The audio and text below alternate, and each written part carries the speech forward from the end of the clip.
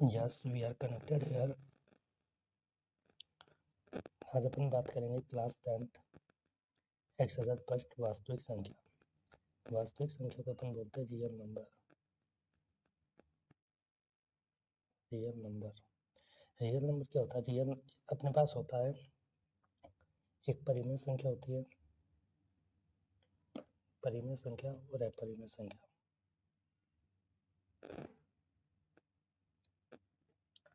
परिमेय संख्या और अपरिमेय संख्या।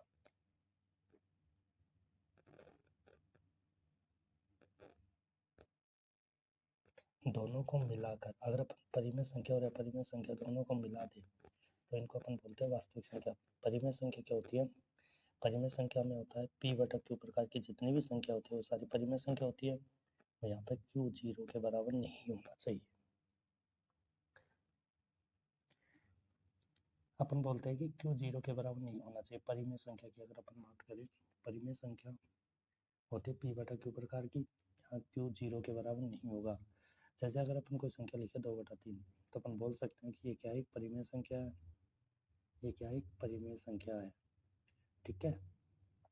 अगर q 0 के बराबर नहीं, अगर q 0 के बराबर हो जाए, जैसे p की जगह पर 2 है और q के प्लेस पर अगर मान लो 0 हो तो 0 में जब 2 का भाग देते हैं तो अनंत आता है, इन्फिनिटी। इसको क्या बोलते हैं? अनंत, यानी अपरिभाषित। ये परिभाषित नहीं है। ठीक है, इसलिए अपन क्या बोलते हैं कि q कभी भी 0 के बराबर और q is not equal to 0। आगे अपन बात करें कि HCF और LCM, एक अपने पास होता है मैस है, एक होता है लेस है। ठीक है, एक अपने पास मैसे होता है, एक लेसे होता है। मैसे को अपन बोलते हैं HCF, मैसे को क्या बोलते हैं?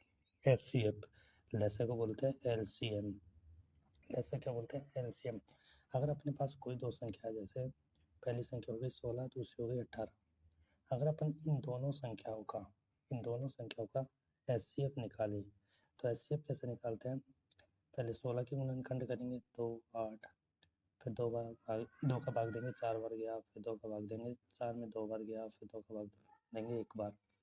ये 16 के अभाज्य गुणनखंड कर लिए अपन ने। इसी तरह अपन 18 के अभाज्य गुणनखंड कर लेते हैं।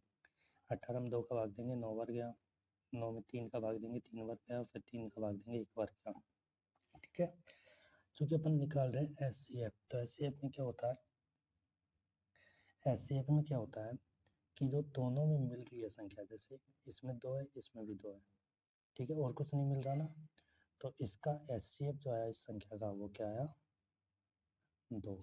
इस संख्या का HCF क्या आया? 2। सेम अपन क्या निकालते हैं? LCM निकालते हैं। तो LCM की अपने पास एक विधि होती है, या तो अपन इसी से भी LCM निकाल सकते हैं। इससे LCM निकालने के लिए अपन क्या करना पड़ेगा कि जो संख्या मिल रही है उनको, अब जैसे दोनों में 2 मिल रही है तो इसको तो 2 लिख दिया। इसके बाद देखो 1, 2, 3, 3 बार 2 है तो गुणा करके 3 बार 2 लिख दो। ठीक है, फिर गुणा, इधर 2 बार 3 है, फिर 2 बार 3 लिख दो। अब इन सारी संख्याओं को गुणा करो, देखो 3 3 9, 9 दूनी 18, 18 दूनी 36, 36 दूनी 54 और 54 दूनी 108। ठीक है, तो अपने पास इसका एलसीएम कितना आ गया? 108। यानी इन दो संख्याओं का एलसीएम आया अपने पास 108, एचसीएफ आया 2। ठीक है,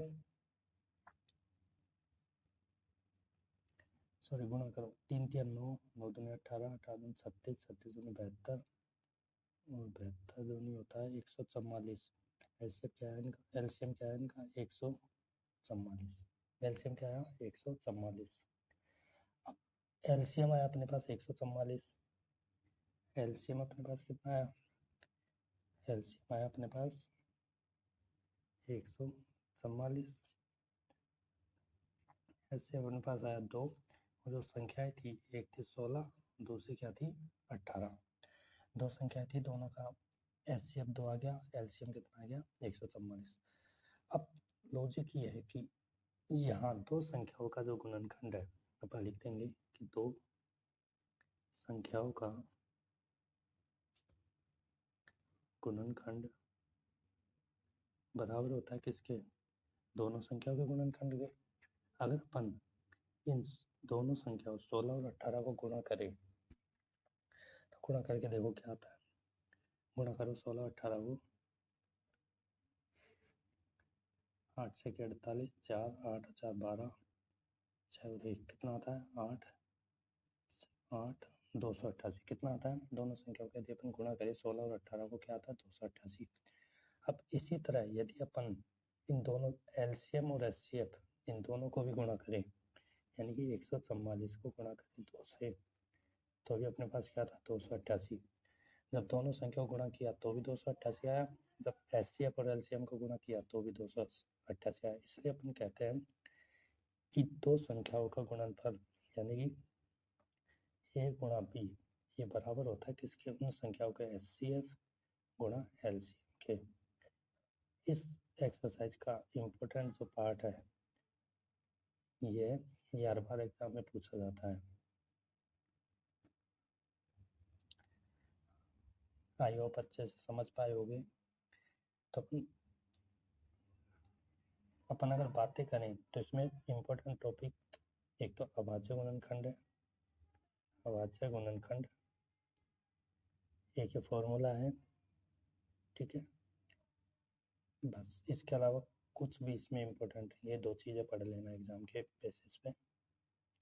अभाज्य गुणनखंड सबको आता ही है। जैसे यदि अपन 144 का अभाज्य गुणनखंड देखें तब छोटी संख्या से स्टार्ट करेंगे। पहले 2 का भाग देके देखेंगे, 2 का चला जाएगा ना इसमें, तो 2 का भाग देंगे कितनी बार गया 72 बार, फिर से 2 का चल जाएगा 36 बार, फिर से 2 का चल जाएगा 18 बार, फिर से 18 में 2 का चल जाएगा 9 बार। हम 9 में 2 का भाग नहीं जाता तो अपन क्या कहते हैं 3 का भाग देते हैं, 3 का भाग देंगे 9 में, 3 3 9, 3 का भाग देंगे 1। यानी कि जब तक 1 नहीं आ जाए तब तक भाग देते रहना है। और भाग किस संख्या होगा दोगे, सिर्फ अभाज्य संख्या होगा। अभाज्य संख्या कौन कौन सी होती है अपने पास, अभाज्य संख्या ये इंपॉर्टेंट है, लिख लेना अभाज्य संख्या कौन कौन सी होती है।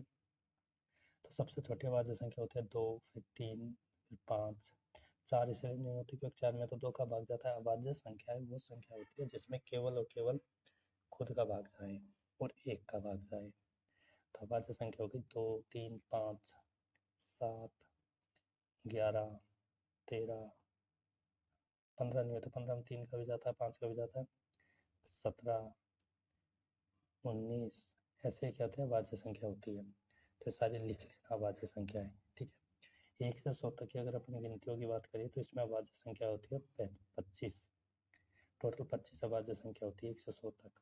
अगर 1 से 50 तक बात करें तो टोटल अपने पास 15 अभाज्य संख्या होती है। तो सारी लिख लेना ना।